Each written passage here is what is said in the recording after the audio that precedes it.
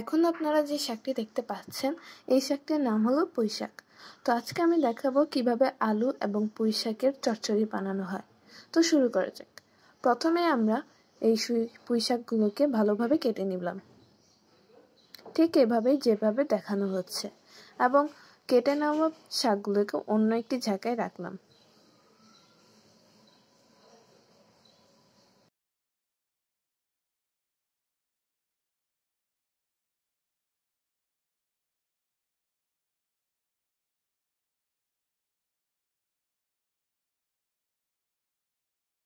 ঠিক এইভাবে আমরা সব শাকগুলো কেটে নিব।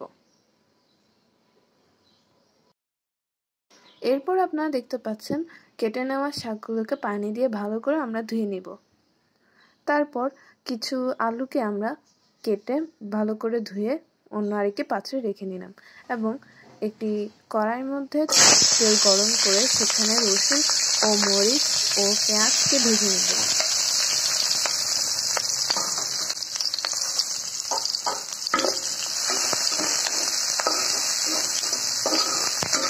এগুলো নেড়ে ভালো করে ভাজা হয়ে যাওয়ার পর কেটে রাখা আলুগুলো সেখানে ঢেলে দিব।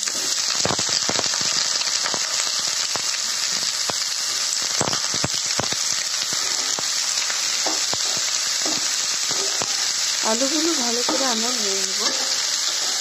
আপনারা দেখতে পাচ্ছেন ঠিক এভাবে।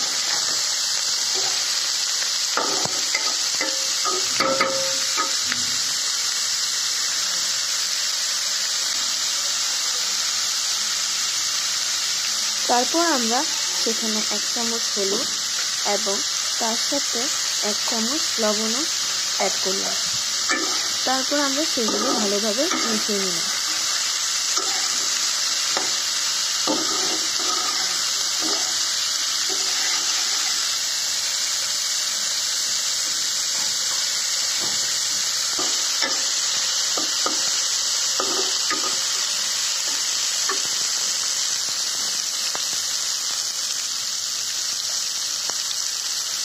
আপনারা দেখতে পাচ্ছেন আলুগুলো মোটামুটি রান্না করা হয়ে গেছে।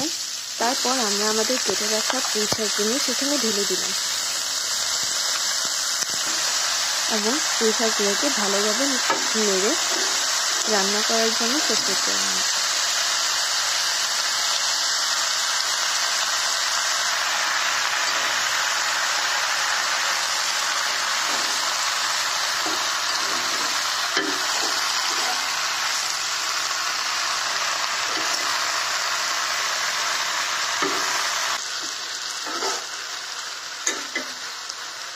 আপনারা দেখতে পাচ্ছেন পুঁই শাক এবং আলু মোটামুটি ভালোই রান্না হয়েছে এবং সেগুলো ঢেকে নেওয়ার পর আমাদের রান্নাটা মোটামুটি হয়ে গেছে।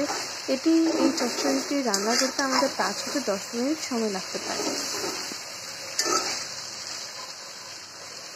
তো এখন আপনারা দেখতে পাচ্ছেন আলু এবং পুঁই শাকের চচ্চড়ি তৈরি হয়ে গেছে।